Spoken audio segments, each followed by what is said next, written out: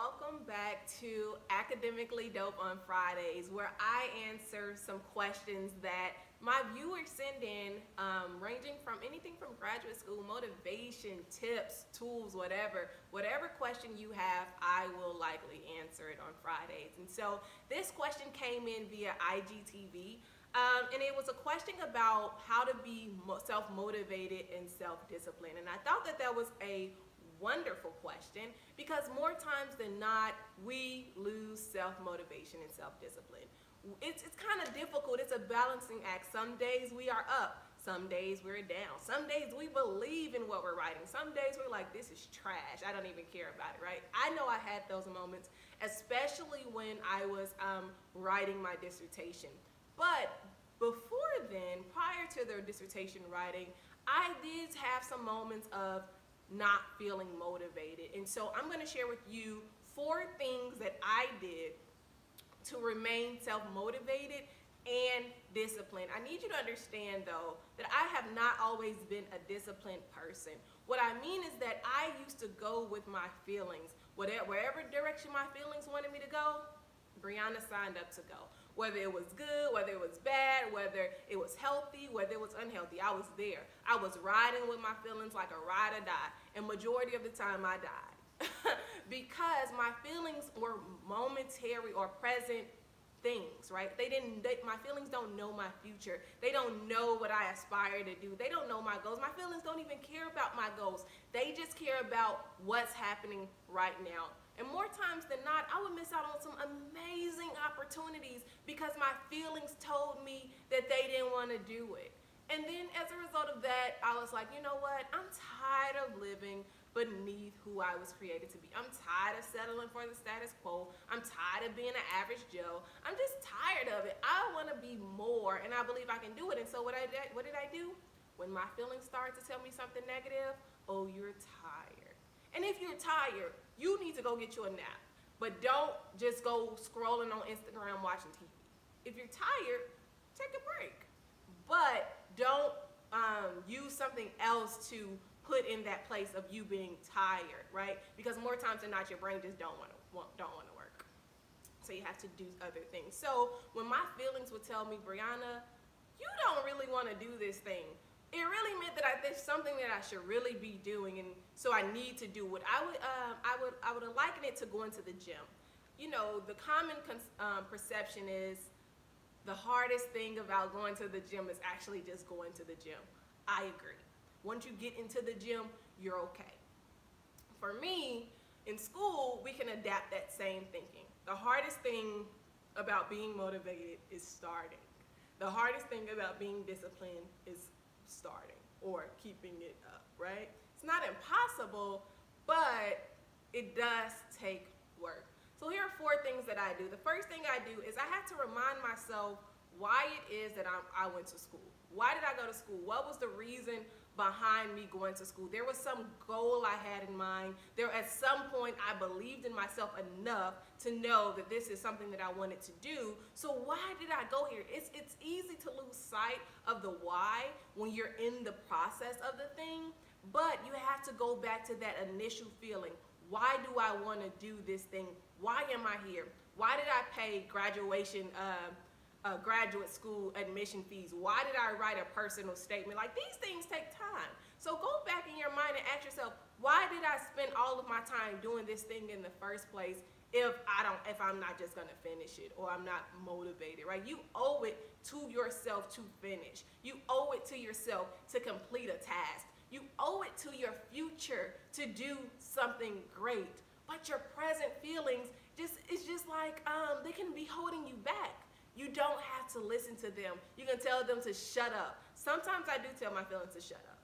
More times than not, I do. Because if I didn't, I would not be where I am today. I would still be in graduate school. I would still be saying, well, everybody else takes X amount of years, and everybody else didn't do this thing, and so I'm not going to do it. No, that's not why I set out to go into graduate school in the first place. So I had to remind myself why it is that I even signed myself up to do this thing, right? So I encourage you to first and foremost remind yourself what's behind your decision. The second thing I want you to do is create weekly goals via a planner. If you didn't see my planner video, go back and check it out. It's still available for you.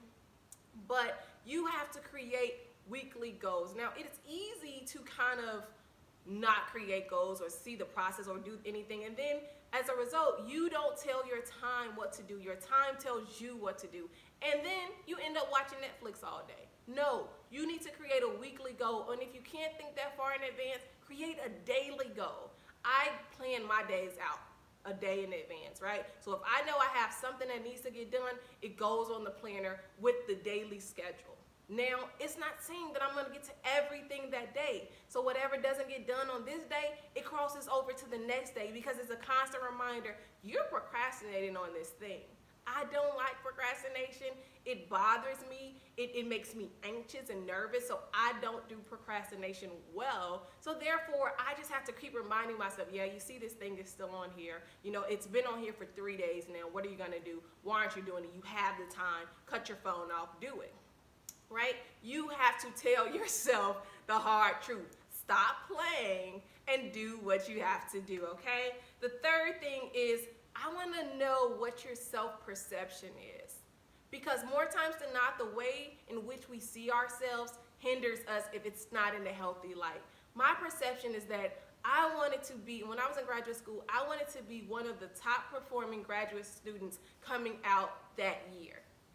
I saw that before. I wanted to be that before I entered the program. I still wanted to do it in the middle of the program. It got a little more difficult, but at my core, I wanted to be one of the top performing graduate students. Not for bragging rights, but because I wanted that self-satisfaction, right? And so as a result, I kept doing it. Your goal, Briana, is to be the top one of the top graduate students of your outcoming year. And guess what? I was. And it was wonderful, especially in my department. So I want to ask you, do you have a positive self-perception? Do you? If you don't, you need to start to create one for you, okay? The fourth thing is ask yourself, what is at risk? That was the biggest thing for me. I had to ask myself, what is at risk by you not being motivated? Is it your future? Is it, you're gonna have to live off of a low graduate school stipend every year? For another year? Are you going to delay your destiny? Are you going to delay your goals another year because you're in school, you have this thing hanging over your head? What's at risk? So you have to understand that every day you're not motivated, every day you're not disciplined, every day you don't do what you're supposed to be doing, you're risking something in the near future. It may not feel like it, but you are. Ultimately we pay the consequences of what we do and what we don't do. Everything has a reaction. So remind yourself what's at risk of you not completing this project today. Does it mean you're going to lose sleep tomorrow? Does it mean that you're not going to be able to go on vacation or relax during breaks or enjoy a spring break? Does it mean you're not going to be able to have create memories with your family? What's at risk for you? Are you going to be out of more money? That was a thing. Student loans. Are you? What's gonna happen as a result of you not doing what you're supposed to do today, right? And so these 4 things kept me motivated when I didn't want to be motivated even the more. They kept me focused with blinders on. There were a lot of distractions, but I had to keep reminding myself, you're here for a goal. And as fast as you want this thing to be over, you have to do what you have to do in the moment. So I hope that helped you and answered the question on being self-motivated or self-disciplined. As always, if you have any questions, feel free to DM me or comment if you're on YouTube under the description box. And I will be sure to answer your questions on Fridays. Make sure you subscribe and like and tell your friends that this resource is out here. I know a lot of people say, oh, there's no support for graduate students. Well, I am making myself available for you. So I'll talk to you soon. See you next Friday. Peace.